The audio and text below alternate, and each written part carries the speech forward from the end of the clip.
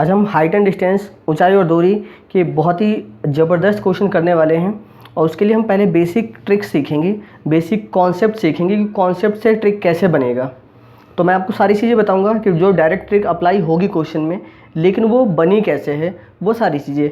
तो उसके लिए आपको ये 3 डायग्राम बहुत ध्यान से देखने, ये 3 डायग्राम में जो मैं बताने वाला हूँ उसको ध्यान रखना है। अगर ज़्यादा कुछ नहीं इस चैप्टर में, बस ये 3 डायग्राम का भी यूज करना सीख गए तो आपके सारे क्वेश्चंस बहुत जल्दी हो जाएंगे। जो आपने डिटेल मेथड अब तक सीखा है 10th क्लास में, वो करने की आपको ज़रूरत बिल्कुल भी नहीं पड़ेगी। तो ये 30 डिग्री, ये 90 डिग्री और ये 60 डिग्री, तो ये एक राइट एंगल ट्राइंगल है। अब राइट एंगल ट्राइंगल में अगर ये 30 डिग्री है तो आपको क्या ध्यान रखना है कि ये परपेंडिकुलर जो होगा, यानी इसका अपोजिट साइड जो है एंगल्स का, तो ये 30 डिग्री के केस में ये 1 होगा, ये √3 होगा और ये 2 होगा। या इसी को आप ऐसे भी देख सकते हो कि 60 डिग्री यहाँ पे है, तो 60 डिग्री के केस में उसका अपोजिट यानी सामने वाला ये परपेंडिकुलर कहलाता है। एंगल के अपोजिट साइड जो होती है वो परपेंडिकुलर कहलाती है। तो यहाँ पे 30 डिग्री है तो ये परपेंडिकुलर है, तो परपेंडिकुलर 1, ये √3 और ये 2, और 60 के केस में ये हो जाएगा। या फिर आपको 60 इस फिगर से नहीं समझना तो यहाँ से समझो आप। अगर 60 डिग्री होगा तो परपेंडिकुलर कितना होगा √3, बेस कितना होगा 1 और ये कितना होगा 2। वही की बात बन गई, देखो 60 यहाँ है, ये √3, 60 यहाँ है तो परपेंडिकुलर क्या हो गया √3 और ये बेस क्या हो गया 60 वाले केस में 1, तो यहाँ पे बेस क्या है 1 और ये 2। तो आप अलग अलग में भी ध्यान रख सकते हो। अगर आपको एक फिगर में ध्यान नहीं रखना है तो 30 डिग्री के केस में ये 1 होगा परपेंडिकुलर, ये √3 होगा, ये 2 होगा। 60 डिग्री के केस में परपेंडिकुलर √3 होगा, बेस 1 और हाइपोटेन्यूज 2। 45 डिग्री के केस में देखो 45 दोनों 45 है, इसका मतलब एंगल सेम है। अगर एंगल सेम है तो साइड भी सेम होगी। तो अगर ये 1 तो ये कितना होगा √2। ये ट्रिग्नोमेट्रिक रेशो आपको याद रखना है। ये आता कहाँ ऐसा था, जैसे देखो 10 30 डिग्री की बात करें तो 10 30 डिग्री केस में देखो tan थीटा क्या होता है, tan थीटा होता है P/B। तो P परपेंडिकुलर 1 और बेस √3। ये tan 30 की वैल्यू आपको पता नहीं कि tan 30 की वैल्यू 1/√3 होती है, उसी को यूज किया है हमने। और उसके बाद हमने इन दोनों में हमने ये फॉर्मूला लगा दिया, कौन सा, h² = p² + b²। ये आपने पाइथागोरस थ्योरम पढ़ी है। इसको आप सॉल्व करते हो तो ये आता है p का स्क्वायर यानी 1 का स्क्वायर और √3 का स्क्वायर 3 आएगा। तो 1 + 3 कितना होता है 4, और इधर h² है।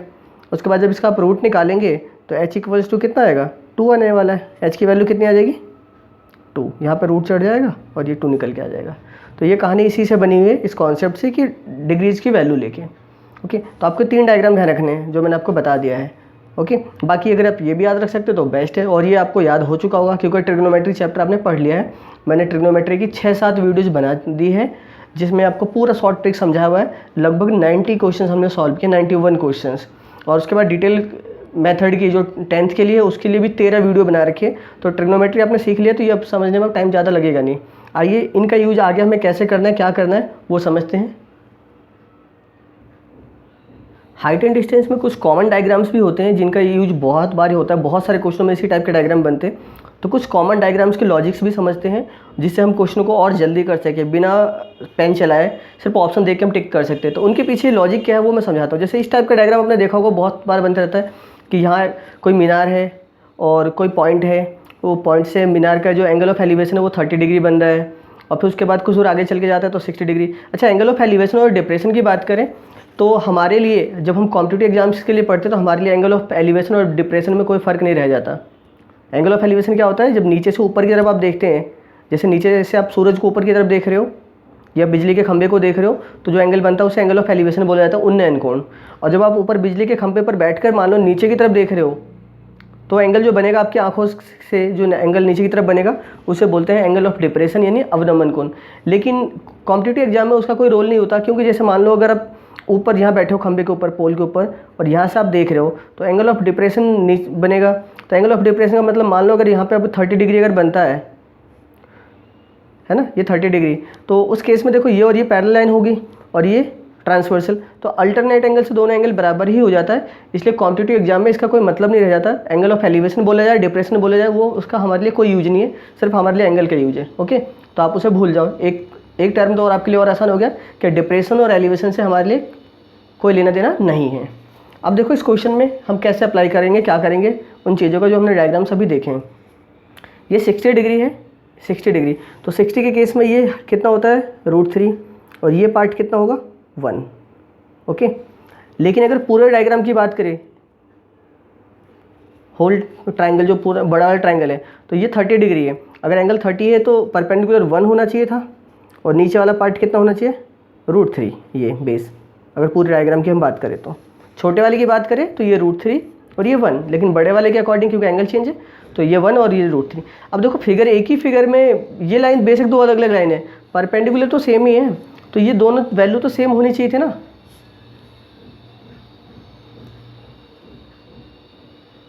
ये दो वैल्यू, ये √3 और ये 1, ये दोनों तो सेम ही होना चाहिए क्योंकि परपेंडिकुलर तो सेम ही होगा हाइट तो मीनार की हाइट अगर सेम होगी तो आपको इसे सेम करना पड़ेगा, यानी आपको इसे 1 को √3 से मल्टीप्लाई करना पड़ेगा। तो 1 को √3 से मल्टीप्लाई करोगे तो ये भी √3 तो है ही, और इस केस में ये भी √3, यानी अब सही हो जाएगा ये क्वेश्चन। अब परपेंडिकुलर सेम हो गया, तो हमने इन दोनों को सेम करने के लिए इस वाली वैल्यू से इसको भी मल्टीप्लाई कर दिया। तो 1 जो था वो किसके अकॉर्डिंग था, बड़े वाले फिगर के अकॉर्डिंग। तो बड़े वाले फिगर के अकॉर्डिंग बेस क्या है, √3।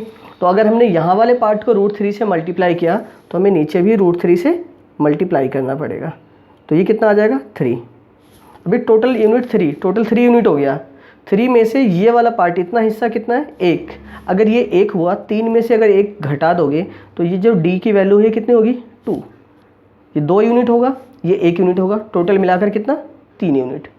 ओके, इसी से अगर हमें हाइट निकालनी हो तो देखो क्या होगा, कैसे समझेंगे, ऐसे लिख सकते हैं हम, 2 यूनिट इक्वल्स टू d।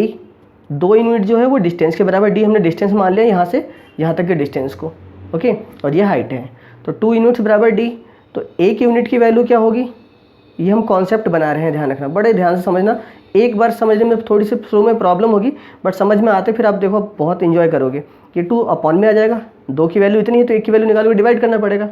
आपको हाइट की वैल्यू निकालनी है। हाइट कितने यूनिट है, हाइट क्या है, √3 यूनिट। देखो दोनों √3 था ना सेम, तो हाइट यानी √3 यूनिट की वैल्यू निकालनी है आपको। तो क्या हो जाएगा, जितने यूनिट की वैल्यू निकालनी है उससे आप क्या करोगे, मल्टीप्लाई, यानी कि h इक्वल्स टू d/2 √3। यही इसका शॉर्ट ट्रिक बन जाता है, जो डायरेक्ट अगर आप ध्यान रखो तो इस टाइप के क्वेश्चन में डायरेक्ट बता सकते हो कि जितना डिस्टेंस दे रखा है, अगर मान लो ये एंगल्स दे रखे 30 और 60, एंगल चेंज होंगे तो अलग केस होगा, वो मैं आपको अगले डायग्राम में बताऊंगा।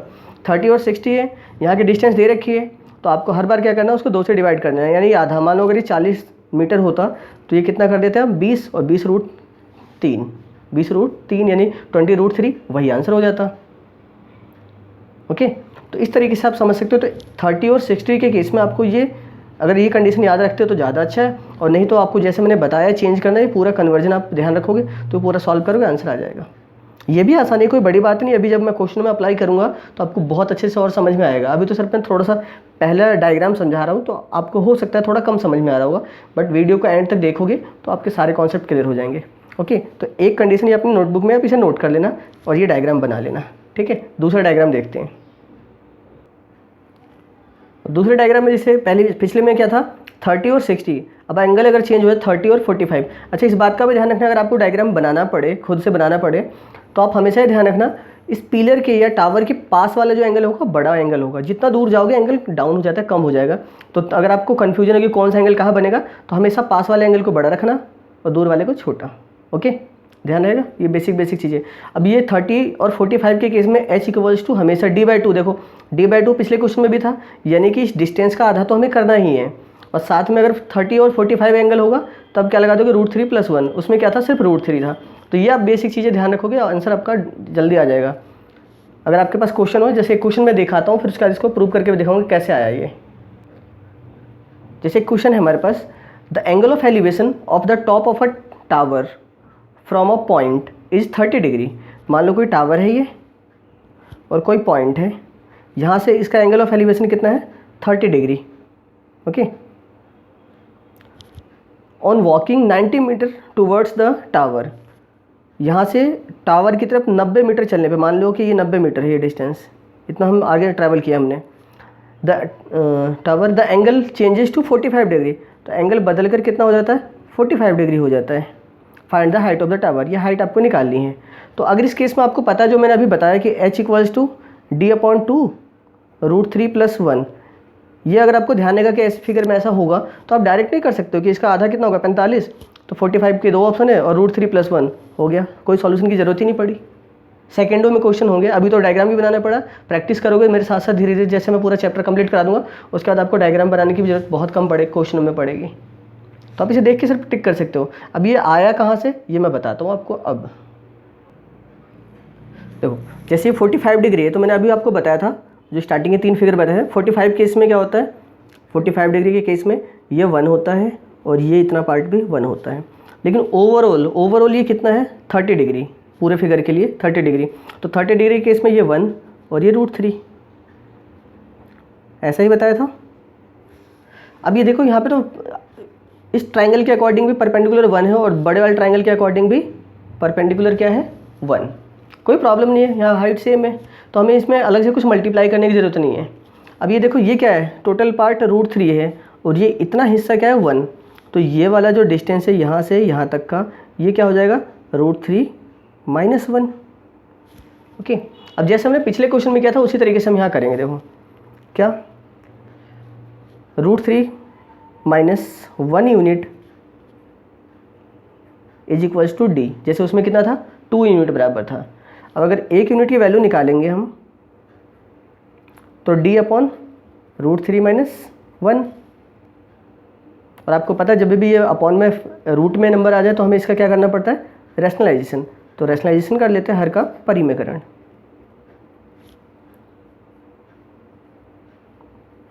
तो ऊपर ये मल्टीप्लाई हो जाएगा तो d√3 + 1 और नीचे जब इसे सॉल्व करोगे तो ये a - b और a + b के अकॉर्डिंग नीचे बन के क्या आ जाएगा, a² - b²।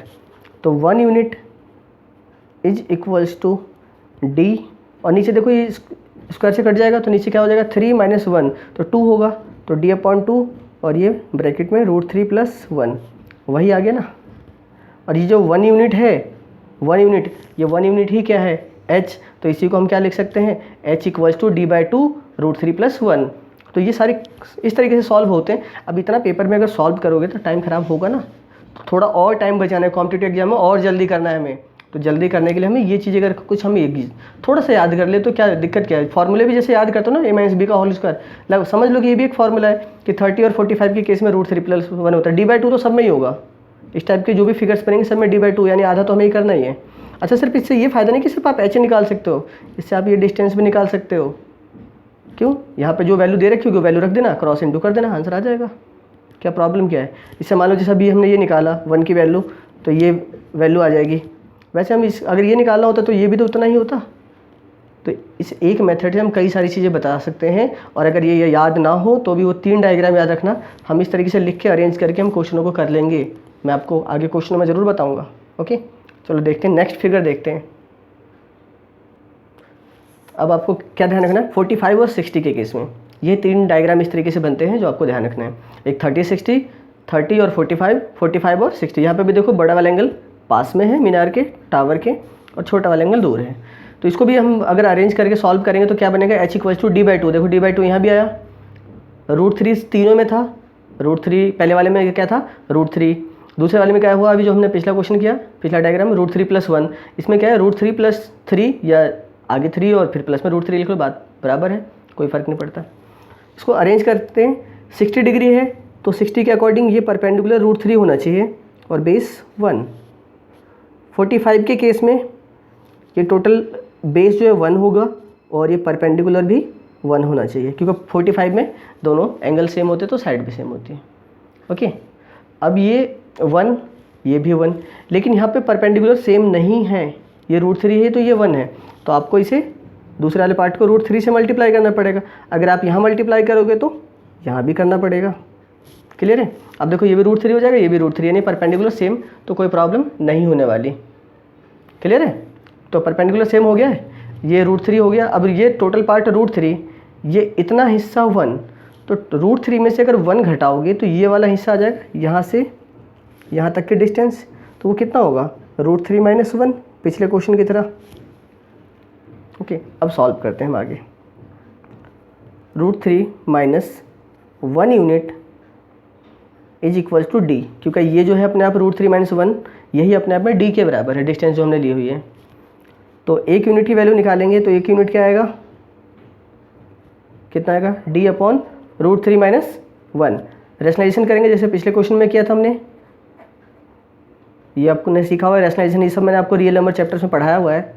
ये माइनस होता है तो प्लस हो जाएगा। ये अलजेब्रा, रैशनलाइजेशन जो भी आपने चैप्टर पढ़े सब में ये मैंने बता दिया है। बहुत सारे चैप्टर मैंने कर लिए, लगभग 7-8 चैप्टर हम पढ़ चुके हैं। तो ऊपर क्या आ जाएगा, d√3+1 अपॉन, नीचे सॉल्व करेंगे तो नीचे कितना है 2। तो 1 यूनिट की वैल्यू, यानी ये अगर निकालना होता तो 1 यूनिट की वैल्यू तो अभी भी वही आई जो पिछले क्वेश्चन में आई थी, लेकिन चेंज किया है यहाँ पे हाइट निकाली है, वहाँ पे हाइट 1 यूनिट थी, है ना। वहाँ पे पिछले क्वेश्चन में हाइट क्या थी, 1 यूनिट थी, तो 1 से मल्टीप्लाई करने पे इतना ही आएगा, तो इसलिए ये सेम रह गया था, इसमें अलग से कुछ नहीं हो और करना पड़ा हमें।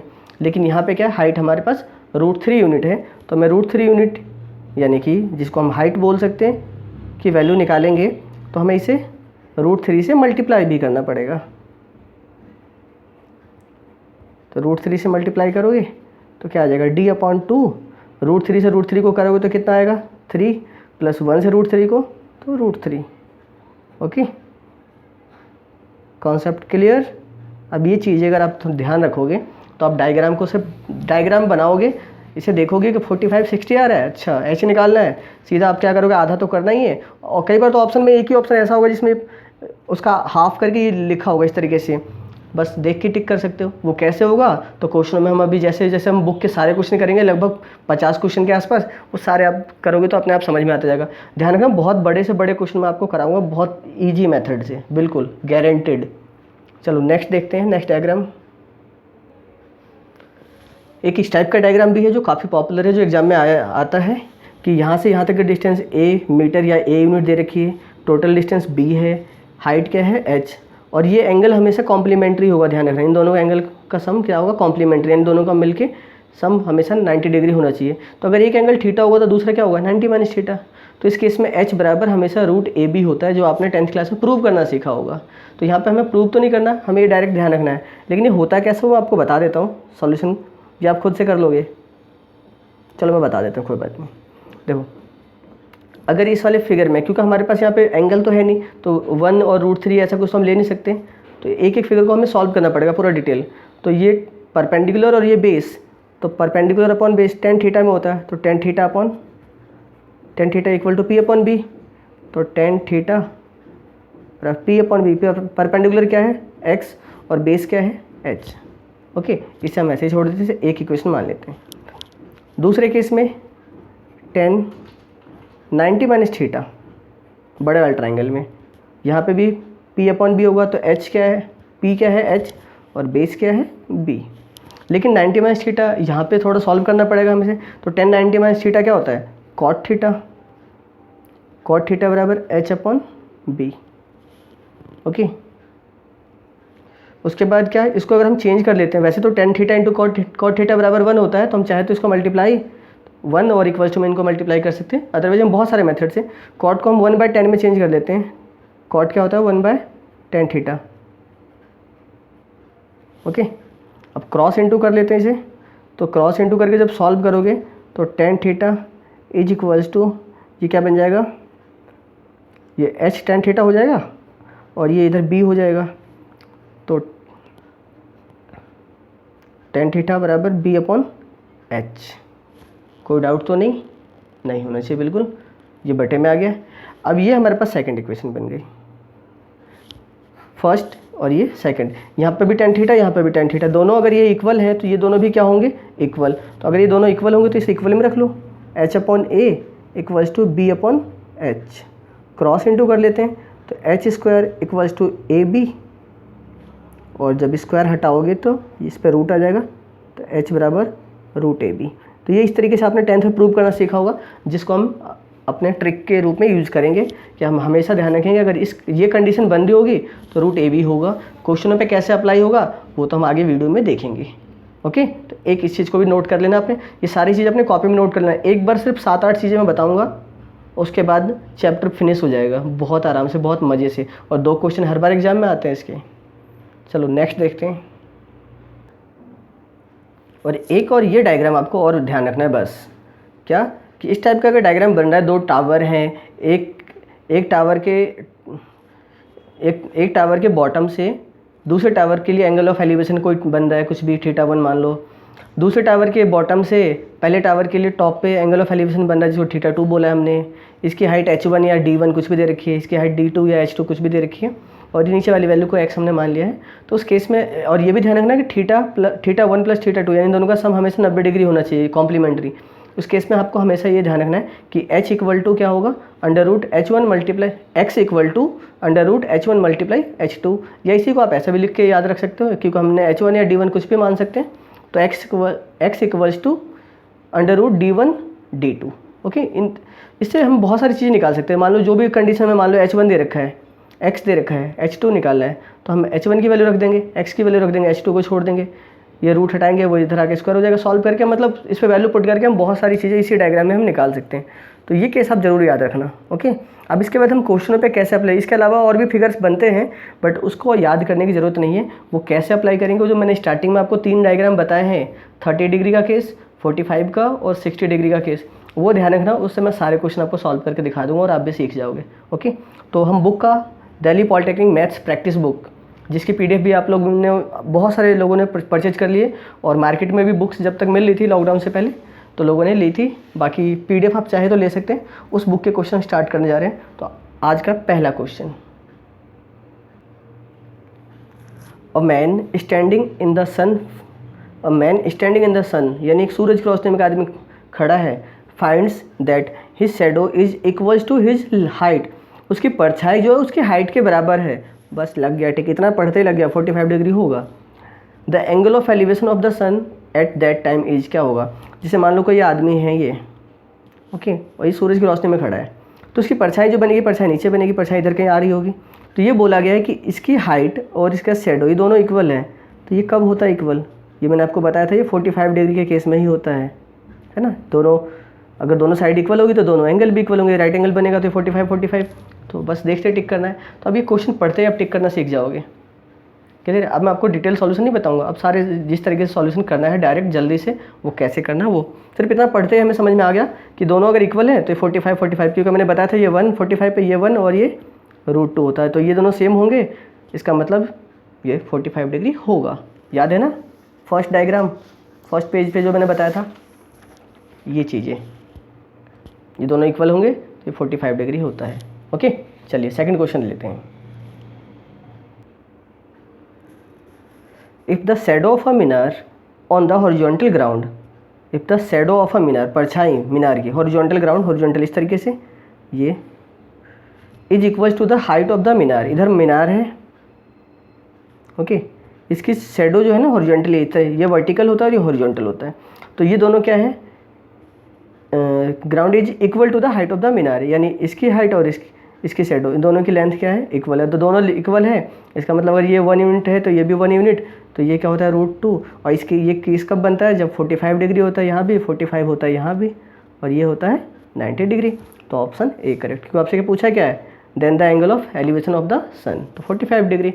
बस, है ना आसान, मज़ा आ रहा है। चलो नेक्स्ट क्वेश्चन देखते हैं, अभी और मज़ा आएगा। अभी तो छोटे छोटे लेवल के क्वेश्चन, ताकि आपका बेसिक्स अच्छे से इंप्रूव हो जाए, और उसके बाद हम बड़े क्वेश्चन को भी देखते हैं। थर्ड क्वेश्चन देखते हैं। कुछ लोगों की शिकायत ये भी रहती है कि हाइट एंड डिस्टेंस के क्वेश्चन हिंदी में जल्दी समझ में आते हैं इंग्लिश में, बट मैं कहता हूँ आप इंग्लिश में ट्राई करो, ज़्यादा आपके लिए बेस्ट रहेगा। हिंदी में मैं नहीं लिख सकता आपके लिए, हिंदी में समझा सकता हूँ, और मैं समझाता हूँ बिल्कुल हर question. The height of an electric pole, बिजली के खंभे की बात हो रही है, from the ground is 6 metre, ये हाइट है, ये इलेक्ट्रिक पोल है, और क्या बोला, height of electric pole from the ground is 6 metre, a wire is tied at the top of pole, एक तार बांधा गया है, if inclination of the, inclination या इंक्लिनेशन पढ़ लो आप इसे, of the wire with the ground is 45 degree, then length of the wire is, तो क्या बोला गया, the height of the an electric pole from the ground is 6 metre. ये ग्राउंड है नीचे सरफेस, और इस सरफेस से इसकी हाइट जो है वो क्या है, 6 मीटर, ठीक है। उसके बाद ये जो एक तार बंधी है, वो तार कितने डिग्री के एंगल में बांधी गई है, 45 डिग्री पे। ये इलेक्ट्रिक पोल है, यहाँ से एक तार बांधी गई है, इसको सपोर्ट देने के लिए हो सकता है, कुछ भी हो सकता है, और वो 45 डिग्री पे बांधी गई है। तो आपसे बोला गया क्या, लेंथ ऑफ द वायर, ये वायर जो है, वायर ऐसे बंधेगी, वायर तो नीचे ज़मीन फर्श, यहाँ पे सरफेस पे तो आप बिछा नहीं रहे हो, आपसे बोला गया 45 डिग्री पे, तो आपसे ये बताना कि इसकी लेंथ कितनी होगी। तो आपको पता है 45 डिग्री है, तो ये भी 45 होगा, और 45 के केस में ये 1 होता है, ये भी 1 यूनिट होता है, और ये क्या होता है, √2 यूनिट होता है। तो आपको ये 1 यूनिट की वैल्यू कितनी दे रखी है, 1 यूनिट 6 के बराबर है, तो √2 यूनिट कितने के बराबर होगा, 6 से इसको मल्टीप्लाई कर दोगे, तो कौन सा ऑप्शन होगा, ऑप्शन डी। क्लियर है। 1 की वैल्यू कितनी है, 6 यूनिट, 6 मीटर, 1 यूनिट बराबर 6 मीटर है हमारे पास। तो हमें क्या निकालना है, √2, ये वायर लेंथ ऑफ वायर निकाल लिए, तो √2 यूनिट निकालोगे तो क्या करोगे, आप इसे मल्टीप्लाई कर दोगे। जैसे आपसे कोई बोलता है कि एक केले की कीमत 10 रुपये है, तो बताओ 10 केले की कीमत कितनी होगी, तो आप क्या करते हो, मल्टीप्लाई करते हो ना। सेम वही सिचुएशन यहाँ पे भी हमें करना है। क्लियर है, बहुत ही आसान हो जाएगा ये चैप्टर। 4th क्वेश्चन देखते हैं। A point is at a distance of 100 metre from the front of the tree. एक पॉइंट है जो 100 मीटर की दूरी पे है पेड़ के सामने से। If from the top of the tree the angle of depression of the point is 45 degree, then the height of the tree is. मान लो ये कोई पेड़ है और ऊपर से टॉप से बोला एंगल ऑफ डिप्रेशन, तो मैंने अब आपको बताया था हमारे लिए एंगल ऑफ डिप्रेशन है और एंगल ऑफ एलिवेशन का कोई यूज नहीं, हमारे लिए उसे सिर्फ एक एंगल समझना है।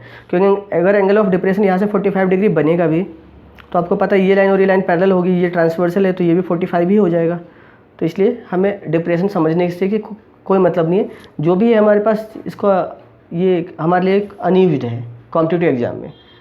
एकेडमिक में तो इसका यूज है, हमें बना के दिखाना पड़ता है। और उसके बाद हमें क्या दे रखा है कि वो कितने मीटर दूर है, उसकी दूरी कितनी है, 100 मीटर। ये 100 मीटर दूर है, 45 है ये, तो ये भी 45 होगा, आपको पता है। और 45 के केस में मैंने बताया था आपको कि ये और ये सेम होती है, ये 100 है तो ये भी क्या होगा, 100 ही तो होगा। और हाइट ऑफ द ट्री ही तो पूछी है आपसे, तो ऑप्शन बी हो जाएगा ना। वैसे भी आप समझ सकते हो कि देखो ये 45 केस में ये 1 यूनिट होता है, ये भी 1 यूनिट होता है, ओके। और ये क्या होता है, √2 यूनिट होता है, ओके। तो 1 यूनिट की वैल्यू कितनी दे रखी है, 1 यूनिट की वैल्यू 100, तो यहाँ पे भी 1 यूनिट की वैल्यू कितनी होगी, 100 ही तो होगी, ओके। तो उम्मीद कर रहा हूँ आज की वीडियो में आपको जो 4-5 क्वेश्चन मैंने बताया, 4 इधर और 1 क्वेश्चन मैंने पहले समझाया था, वो आपको समझ में आ गया होगा। बेसिक कॉन्सेप्ट जो है समझ में आ गया। अगर किसी को समझ नहीं आया होगा तो एक बार वीडियो को दोबारा रिपीट कर लेना, क्योंकि फर्स्ट टाइम अगर आपके लिए हो सकता है ऐसा कॉन्सेप्ट हो तो शायद स्टार्टिंग में थोड़ी प्रॉब्लम होगी, लेकिन एक बार रिपीट कर लोगे तो नेक्स्ट वीडियो में जो हम इसके बड़े बड़े क्वेश्चन करने वाले हैं वो सारे आपको बहुत जल्दी समझ में आएंगे, 100% गारंटेड, ओके। तो अगर कोई डाउट हो तो कमेंट करके पूछ भी सकते हो आप, मैं आपको बताऊंगा। बाकी नेक्स्ट वीडियो हम देखेंगे इसके बहुत बड़े बड़े क्वेश्चन बुक के, ओके। चलिए मिलते हैं नेक्स्ट वीडियो में, तब तक वीडियो को लाइक कीजिए, शेयर कीजिए और चैनल सब्सक्राइब करके बेल आइकन प्रेस करके रखिएगा ताकि नेक्स्ट वीडियो की नोटिफिकेशन आपको मिल सके। जल्दी ही मिलते हैं।